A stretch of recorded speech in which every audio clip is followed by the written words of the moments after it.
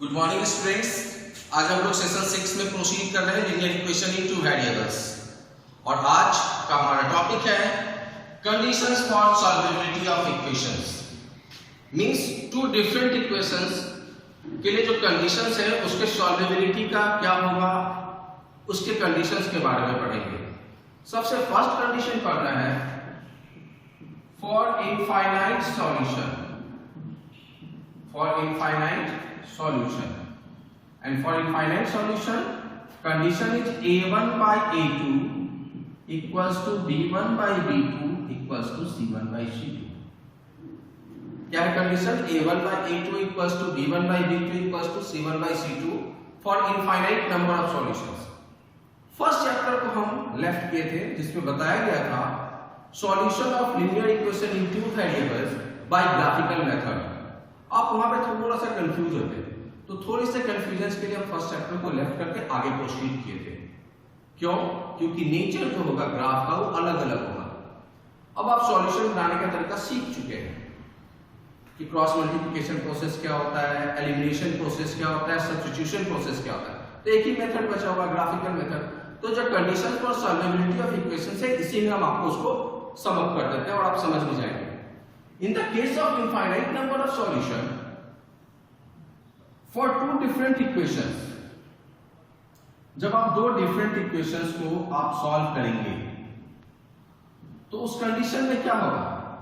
The solution of two different equations, दो अलग अलग equations है तो उनके जितने भी solutions होंगे for two different equations they will lie on a straight line, एक straight line पर lies करेगा।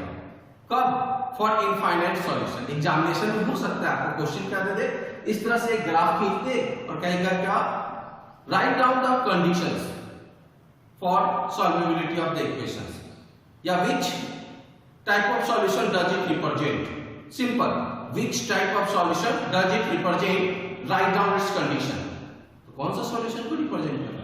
इनफाइनाइट सॉल्यूशन को रिप्रेजेंट कर रहा है। उसका कंडीशन आपको याद है a1 by a2 equals to b1 by b2 equals to c1 by c2। now move to the next for no solution, for no solution means infinite solution and then after no solution। no solution मतलब कोई solution नहीं हो, किसका? x और y का। इस condition में क्या होगा? a1 by a2 equals to b1 by b2 not equals to c1 by c2। ये कंडीशन किसके लिए? तो फॉर नो सॉल्यूशन। इस कंडीशन में क्या होगा? नेचर ऑफ ग्राफ कैसा होगा? तो कंडीशन थी कि a1 by a2 equals to b1 by b2 not equals to c1 by c2। लेकिन ग्राफ का नेचर कैसा होगा? तो in this condition the two different equations, the solution of two different equations, जो दो अलग अलग इक्वेशन है उसका जो सॉल्यूशन होगा they never intersect at a definite point or at any point। किसी भी पॉइंट पर वो इंटरसेक्ट नहीं करेगा। ये इक्वेशन 1 का सॉल्यूशन के लिए अलग अलग कोऑर्डिनेट्स आप लिए और ये इक्वेशन 2 के लिए अलग अलग कोऑर्डिनेट्स आएगा। तो देखेंगे क्या कि ये दोनों जो लाइन है इक्वेशंस का वो दोनों एक दूसरे को क्या करता है? इंटरसेक्ट नहीं करता है। किसमें? तो in the case of no solution. जब भी ऐसा ग्राफ देखेंगे तो याद रखेंगे ये किसका रिप्रेजेंट कर रहा है? तो फॉर नो सॉल्यूशन। इस कंडीशन में क्या? a1 by a2 equals to b1 by b2 not equals to c1 by c2। now move to the third condition। the third condition and third condition is for unique solution। अभी just पढ़ाया था आप लोग को for unique solution. और unique solution को किस method से सॉल्व करते हैं? Cross multiplication. कंडीशन बताए हैं आप लोग को a1 by a2 not equals to b1 by b2। और फिर वही बात, फिर से इसमें ग्राफ कैसा होगा? In this type of equations या in this types of solution when a1 by a2 not equals to b1 by b2 the solutions of two different equations, दो अलग अलग इक्वेशंस है उसका जो सॉल्यूशन होगा वो क्या होगा? तो फर्स्ट इक्वेशन का सॉल्यूशन मान लीजिए इक्वेशन फर्स्ट का है जो अलग अलग पॉइंट्स पे इंटरसेक्ट कर रहा है, और ये दूसरा सेकंड इक्वेशन के लिए जो आप लाइन खींचे हो, ये दोनों ही डिफरेंट पॉइंट पर इंटरसेक्ट करता है, और ये जिस पॉइंट पर इंटरसेक्ट करेगा वही इसका सॉल्यूशन होगा। सपोज कीजिए ये x एक्सिस पे 1 पे इंटरसेक्ट किया और y एक्सिस पर 3, तो x का सॉल्यूशन 1 एंड y का solution 3. It means it is unique for a given equation, and in the case of unique solution graph कैसा होगा? तो दो डिफरेंट इक्वेशंस जो होंगे वो हमेशा एक डिफरेंट पॉइंट पे क्या करेगा? इंटरसेक्ट करेगा, और ये किस कंडीशन में? तो यूनिक सॉल्यूशन में। सॉल्व किस प्रोसेस से करते हैं? क्रॉस बाय मल्टीप्लिकेशन प्रोसेस से। लेकिन जब ग्राफ बनाएंगे आप एलिमिनेशन मेथड से भी बना के जा सकते हैं, चार्ट बना के, कोई दिक्कत नहीं है। आप एलिमिनेशन मेथड से सॉल्व कीजिए, ग्राफिकल मेथड से सॉल्व कीजिए, आंसर सेम आता है। Now some examples, we will move towards the some examples.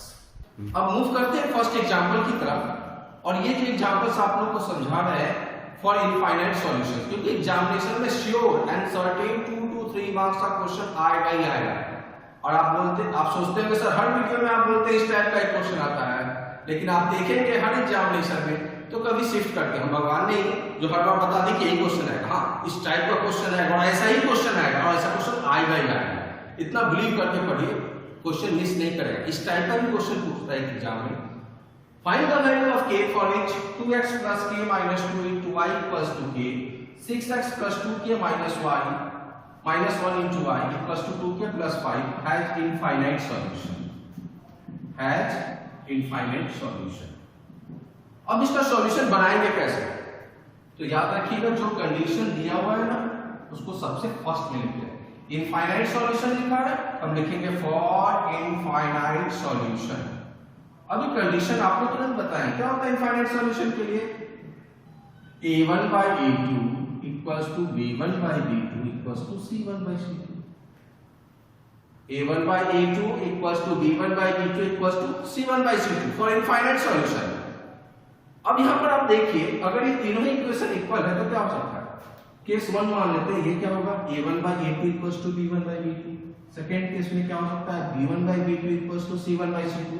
और थर्ड केस में क्या हो सकता है? तो a1 by a2 equals to c1 by c2. तो तीन डिफरेंट केस होता है। याद रखिएगा कभी एक केस पर सॉल्यूशन लाकर नहीं छोड़ेंगे। आपका आंसर एक केस पे आंसर आ जा रहा है तो दो केस क्यों?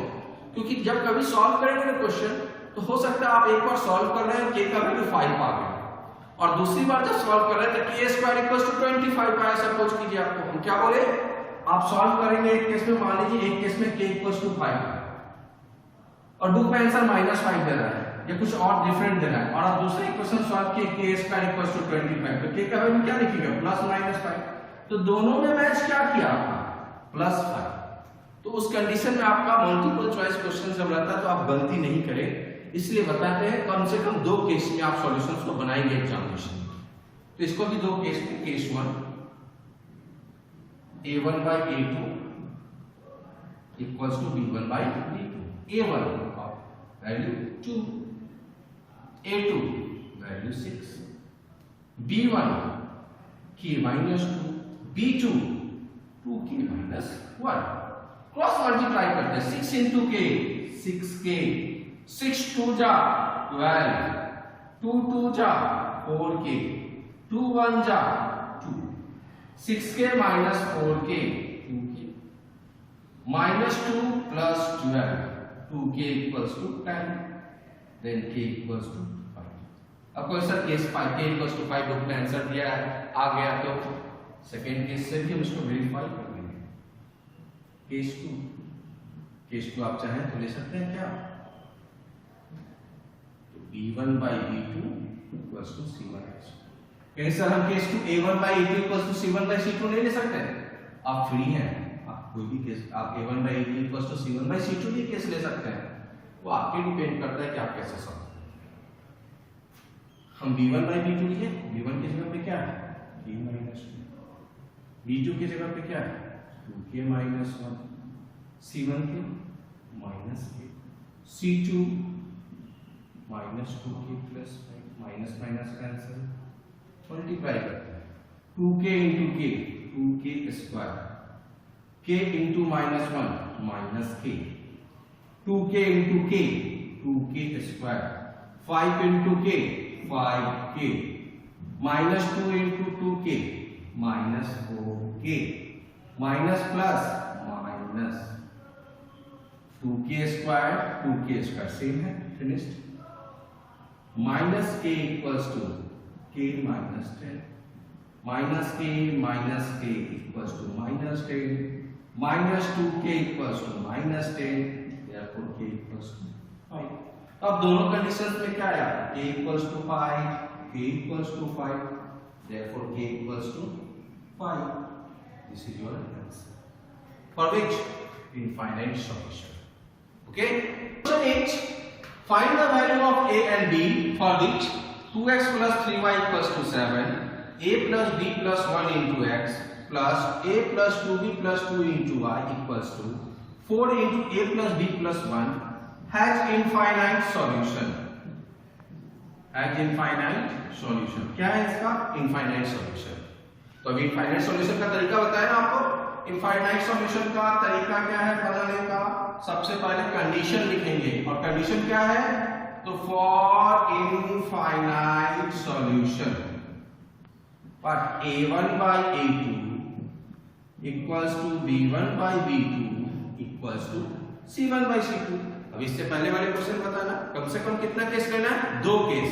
अब उस 2 केस को क्यों लेते हैं, उसका इंपॉर्टेंस इस क्वेश्चन में आपको बढ़िया से समझ में आ जाएगा, कहीं भी कंफ्यूजन होगा ना दिमाग में, वो क्लियर हो जाएगा। और जान जाइए ये क्वेश्चन 4 मार्क्स से कम का नहीं रहेगा।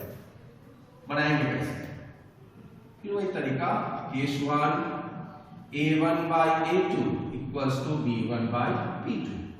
a1 का वैल्यू 2, a2 का value a plus b plus 1, b1 का वैल्यू 3, b2 का value a plus 2b plus 2। now cross multiply,